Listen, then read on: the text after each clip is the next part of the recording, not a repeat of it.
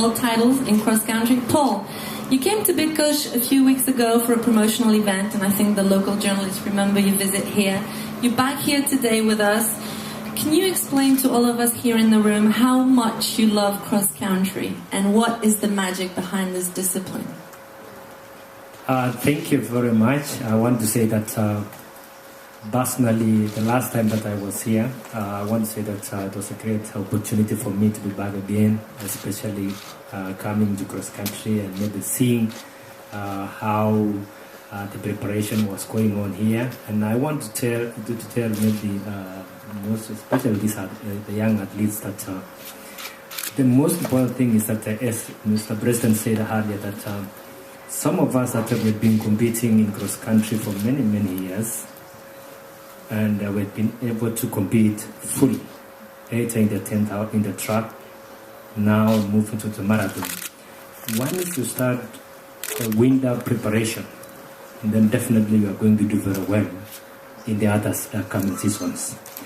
The only difference is that this course will be very tough, it will be very challenging.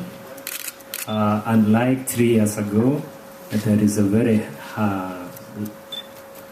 tough year in the course especially for the athletes, especially for the 12 kilometers. I think it will be very tough. Looking in terms of the weather, I was here and it was not like this. And I think the last time that I saw something like this was in 1992 in Boston, it was very cold, very snowy the way it is now, and I think it's going to be very challenging for everybody else.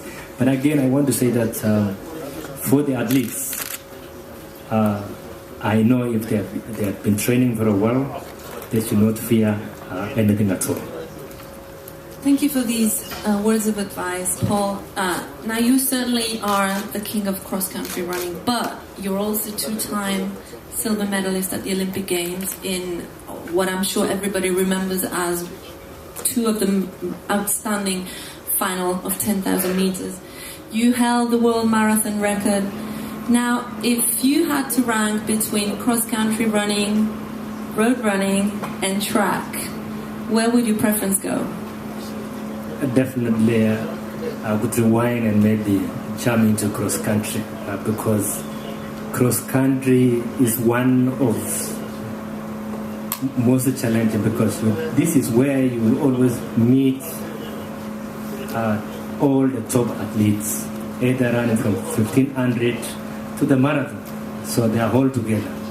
And I think this is very challenging. And it brings a lot of joy when you know that you win or you won a title in cross country. It gives you a lot of joy. And you experienced that 5 times? Yes. Lucky man. Paul, now moving on to today, you are a UN ambassador for the World Food Programme. You have your own Paul Tergat Foundation. You are very, very committed to humanitarian actions. Can you tell us a little bit more about your role in these humanitarian actions? Yes, I want to say that for all of us, we have opportunities that we have been given, and not everybody else maybe could have actually had the challenges. Some of us had to be able to be good runners. Somebody has actually gone out of their own ways to see to it that they at least hold our hands to be able to be whom we are now. And that's why we are actually trying to give back to the society and maybe change the world that we are living in. Thank you so much for everything that you're doing. Thank you very much. Thank you. What happened is that majority of them did not make international team. Kenyan team, when we are selecting our national team, is very, very, very challenging. To be able to make into the top 10 or even top 5 in the Kenyan team is very difficult. I want to say that it is not going to make anything less from what we are going to see from tomorrow, because I know all athletes, especially Kenyan athletes, if they are ready, they can run any kind of surface, weather, regardless of they will produce the results that they want. And as I say again, that patriotism is very important, so I think they will be going for the top honors.